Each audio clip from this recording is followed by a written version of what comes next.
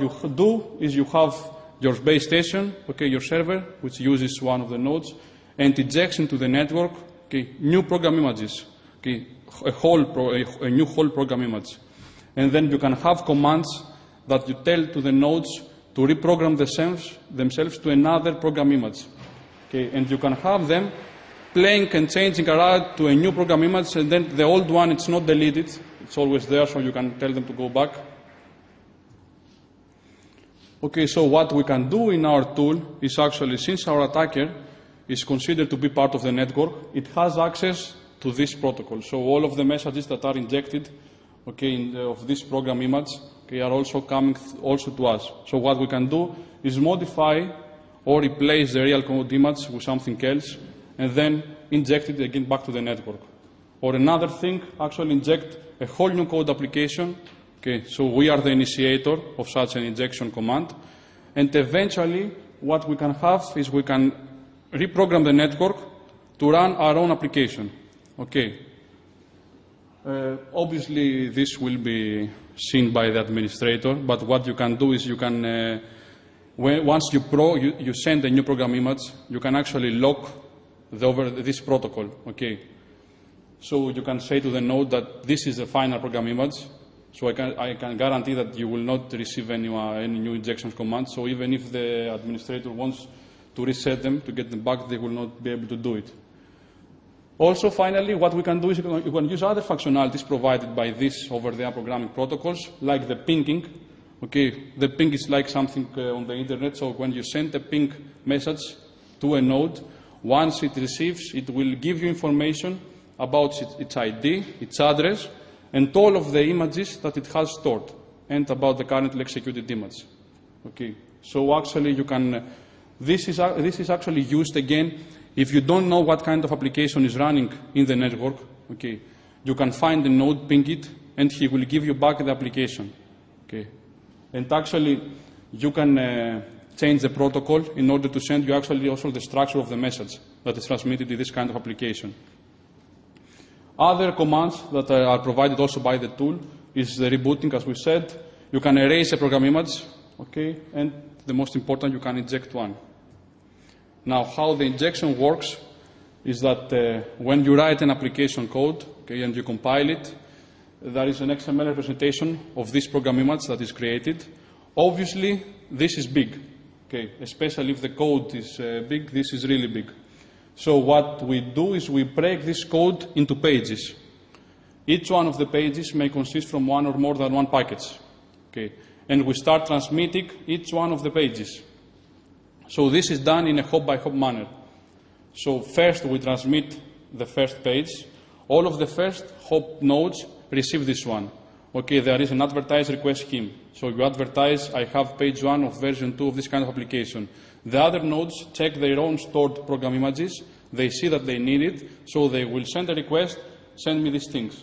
So this traverses in a hop-by-hop manner. But since the program image is really big, okay, usually an average application consists of 35 program images. Each one of it consists of 10 packets. Okay, so this is really heavy. That's why initially program image injections are supposed to happen only a few times during network lifetime. Now you can see that, for example, with this kind of nodes, okay, which are really simple and commercial nodes and use batteries, if you do 4 big injections, okay, eventually they will drain out of energy. Okay. They will not even be able to reset themselves because they don't have enough energy. So again, you can use this thing actually to create dummy applications, okay, and drain the network's energy. Now again, this is a snapshot of the attack tool, okay, and all the injection and reboot commands that are provided. And on the right here, this is the result of a ping command. Okay. But we'll see it in real time. Now, each node has 6 places for storing program images.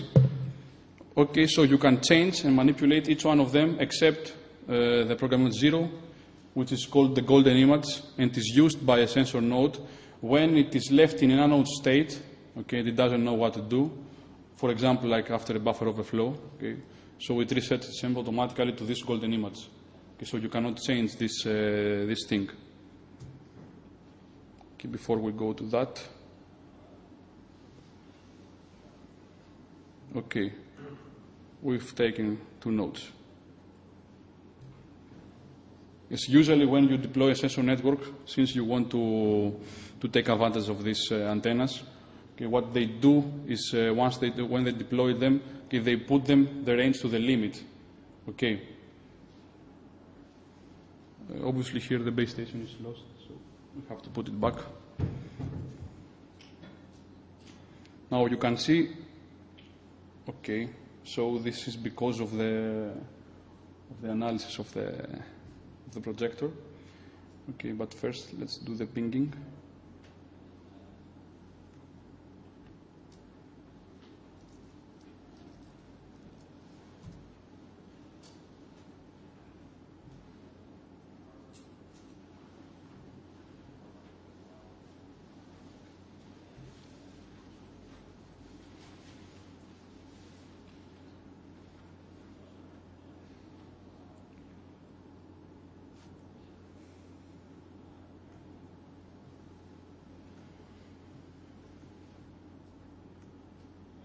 I don't think you can see it because I have to change.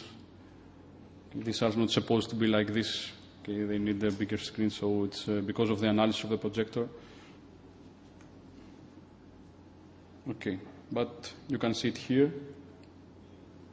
Okay, you can ping each one of your neighboring nodes. Okay, so we pinged node number 9, and as we said, it's running the Delta application. Okay, I haven't put anything as the golden image. So stored image 1 is the Delta, stored image 2 is this oscilloscope application. Okay, and in the last 2 images, stored 4 and 5, are these exploit applications, okay, that you can use in order to do some code injection. Now, what you can do also here, okay, let's say, for example, to do the rebooting.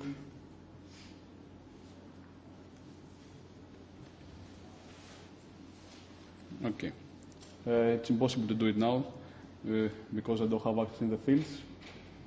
But I can show it to you later on if I change when I change the analysis in my laptop. Okay, but now let's go back to the screenshot. Okay, but all these are the functionalities provided by these over-the-air programming protocols. So you can inject a program image. Okay, I wanted to do this, and I wanted to inject to show you a small program image consisted of 17 packets. I have created a really simple application which only said 17 pages. Each one of the pages consisted of five packets, okay, which are not supposed to be that much. And you will see that this will take around 10 minutes, okay, in order to inject this program image to this kind of network, okay, which is actually 1 or 2 hops. Imagine if you have a network that has 10 or 15 or 20 hops. Okay, you have the reset command. The reset command actually is for resetting the nodes to the same program image. Okay, you have the erase command and the reboot command.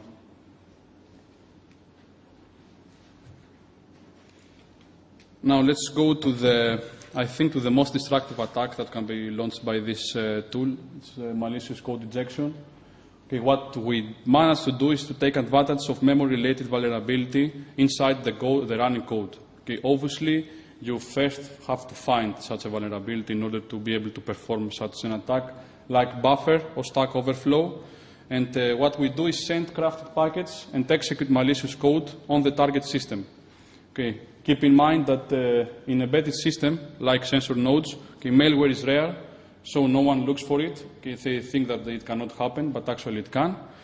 And usually simple malware is passing undetected. Okay, but what we managed to do is actually we managed to transfer the simple malware into actually a self-propagating worm, okay, that propagates the actual malware throughout the whole network. Now, Travis Goodspeed was the first one that authored such a wireless sensor network exploit. He presented it 2 years ago in the Black Hat again. So he targeted devices following the von Neumann architecture. Okay, as we said before, the von Neumann architecture devices, they share the program and data memory spaces. Okay, so actually, if you have instructions stored in the data memory,